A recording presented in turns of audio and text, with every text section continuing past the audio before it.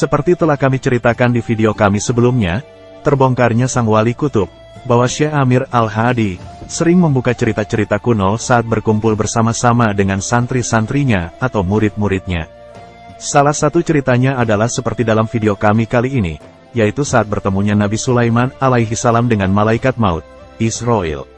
Seperti apakah ceritanya? Silakan dilanjutkan menonton videonya sampai selesai biar tidak gagal paham.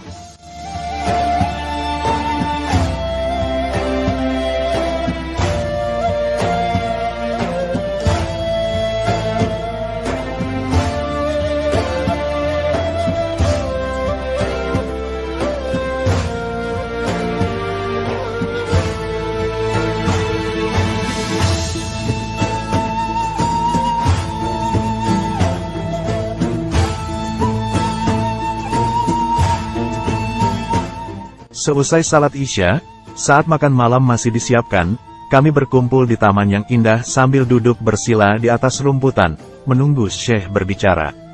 Pohon-pohon jeruk sedang berbunga dan keharumannya menyegarkan hati kami.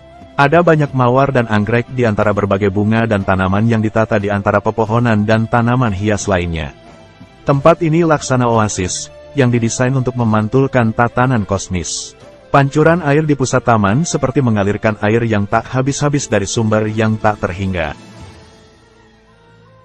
Seperti biasa, kami duduk dengan tangan kanan di atas paha kiri, dan tangan kiri memegang pergelangan kanan, membentuk huruf Arab La, yang berarti tiada. Maknanya adalah penyangkalan, yang dengannya para darwis berusaha meniadakan keterikatan pada urusan duniawi dan membersihkan hati, langkah pertama di jalan suci.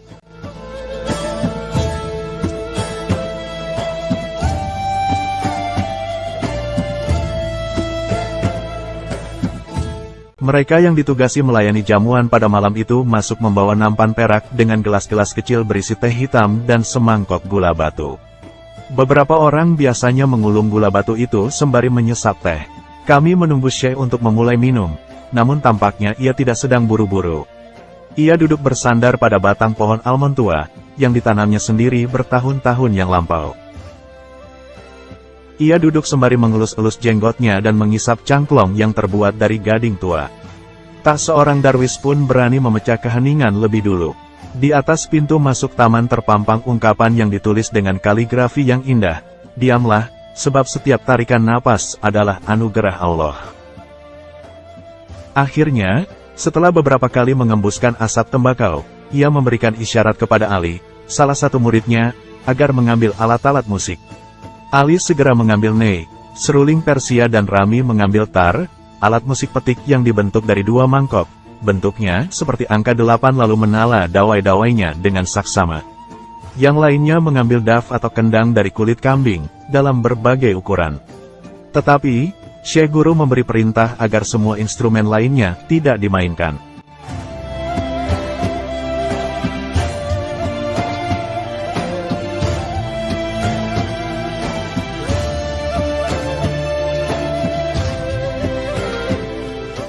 Sejenak aku heran, sebab pesta semacam ini biasanya diiringi musik yang ramai, ditingkahi tepuk tangan dan nyanyian. Tapi keherananku sirna saat Ali mulai memainkan sebuah refrain dari nada yang sendu dengan tiupan ney-nya. Suaranya begitu syahdu dan indah, bagai panggilan azan. Alunan ney mengalir bersama desir angin di antara pepohonan, seperti menyuarakan perasaan malam dan kelembutan sinar temaram lentera. Nada itu membuat hati kami mereka seperti bunga mawar dan melati di sekeliling kami. Kami pun mulai masuk ke dalam keheningan. Kerinduan hati pelan-pelan melancar memenuhi taman, ratapannya memantul di tembok dan melayang ke angkasa. Seruling itu seperti menyenandungkan kepedihannya karena terpisah dari pohon tempatnya berasal, sebagaimana jiwa meratapi keterpisahannya dari surga.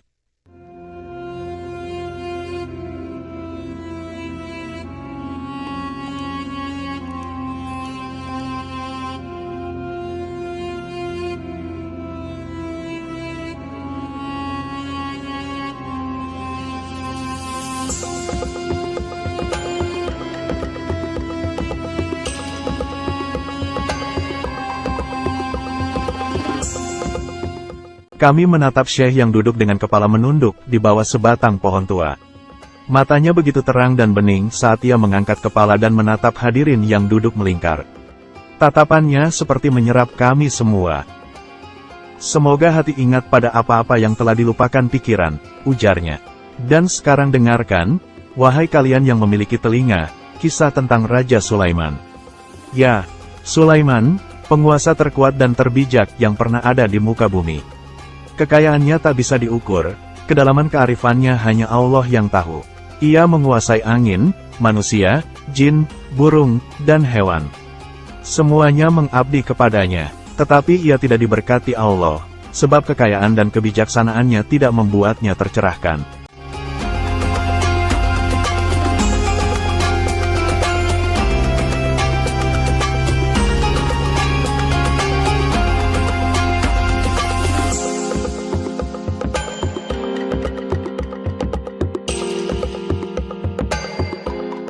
Suatu hari, saat Raja Sulaiman sedang berjalan-jalan sendiri di taman istana, ia bertemu Israel, sang malaikat pencabut nyawa, yang sedang mondar-mandir dengan wajah gelisah. Sulaiman kenal betul wajah malaikat itu, sebab ia diberi karunia bisa menyaksikannya saat ia melayang, mengintai di atas peperangan, atau di tenda-tenda mereka yang sedang terluka dan sekarat. Ketika Sulaiman bertanya kepadanya tentang apa yang membuatnya gelisah, malaikat itu mengeluh dan berkata bahwa dalam daftar orang yang harus dicabut nyawanya, ada 2 juru tulisnya, Eli Horef dan Aljah. Kini Sulaiman sedih ketika menyadari bahwa ia akan kehilangan 2 juru tulis kesayangannya, yang sudah akrab dengannya sejak kecil. Ia menyayangi keduanya seperti saudaranya sendiri. Karena itu, ia lantas memerintah para jinnya untuk membawa Eli Horef dan Aljah ke kota Luz, satu-satunya tempat di mana malaikat maut akan kehilangan kekuasaannya. Dalam sekejap mata, sang jin membawa keduanya, tetapi kedua orang itu meninggal tepat pada saat keduanya sampai di pintu gerbang kota itu.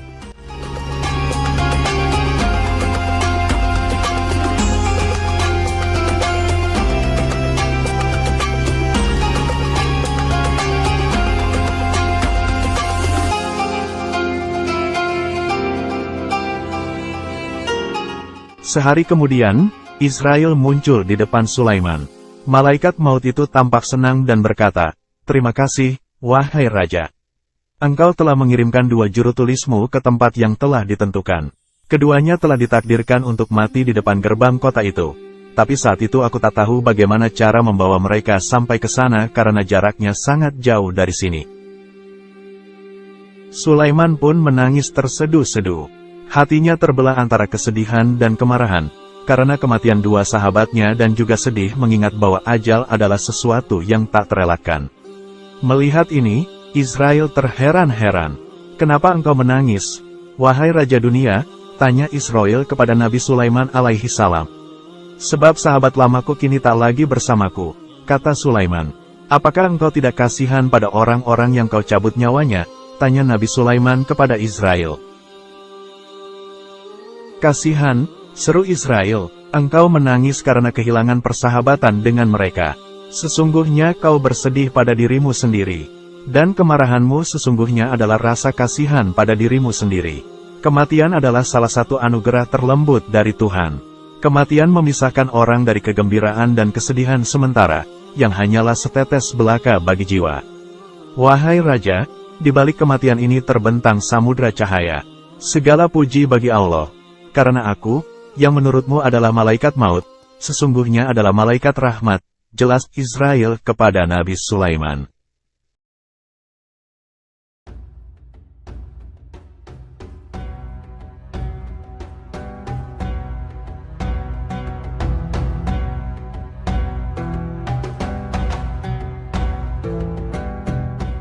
Syekh Guru lalu menatap kami satu persatu, kemudian mengangguk dan tersenyum.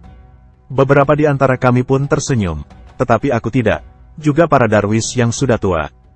Kami menunggu hingga Syekh berbicara lagi. Kami kira ia mungkin akan menjelaskan makna kisah itu, tetapi ia berkata, "Ketika Allah pertama kali memerintah ruh untuk masuk ke tubuh Adam, ruh itu takut dan tidak mau. Aku takut wujud asing ini terpisah darimu, wahai Tuhan," kata ruh.